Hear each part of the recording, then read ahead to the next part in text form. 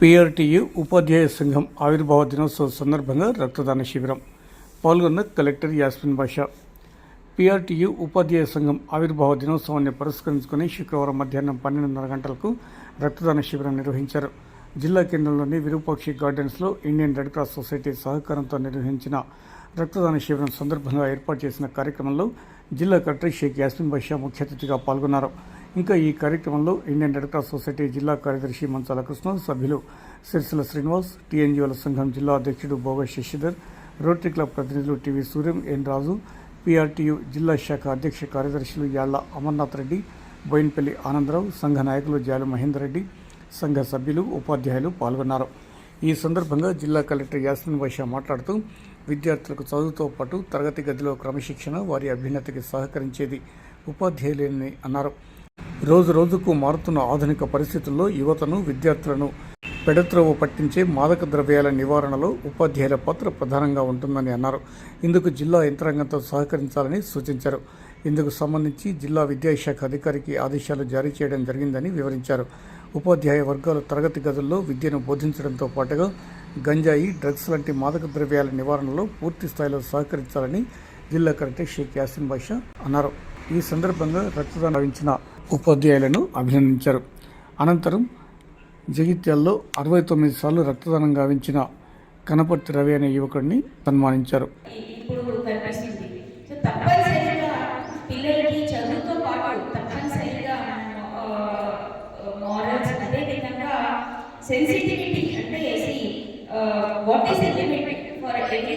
నేర్పించాల్సిన అవసరం ఉంది.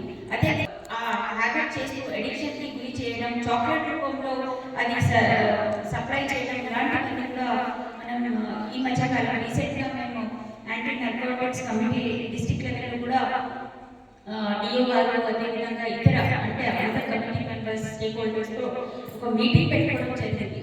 సో యంగ్స్టర్స్ ఎందుకంటే వాళ్ళకి తెలియని వయసులో వాళ్ళు దానికి ఎడిక్షన్ అయ్యి ఎవరైతే ఈ దందాలు చేస్తారో, ఈ బిజినెస్ చేస్తారో, ఇల్లీగల్ బిజినెస్ చేస్తారో వాళ్ళందరూ కూడా ఇలాంటి చిన్న ఏజ్ పిల్లల్ని వాళ్ళ గ్రూప్లో తెచ్చుకొని ముందుగా వాళ్ళకి ఎడిక్షన్ చేసి దాని తర్వాత వాళ్ళని సప్లయర్స్గా మార్చిన ఎగ్జాంపుల్స్ మనం చూడడం జరిగింది.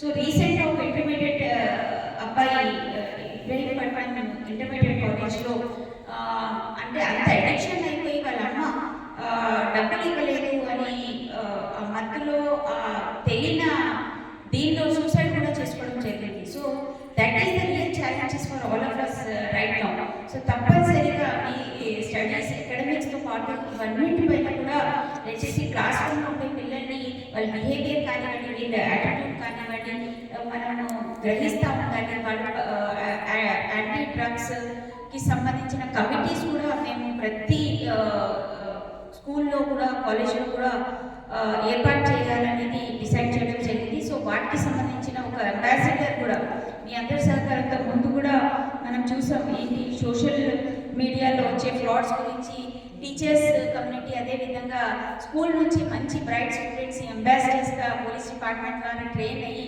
చాలా చక్కగా వాళ్ళు మళ్ళీ వేరే పిల్లలతో కూడా మాట్లాడి వాళ్ళందరికీ కూడా అవగాహన కల్పించడం జరిగింది.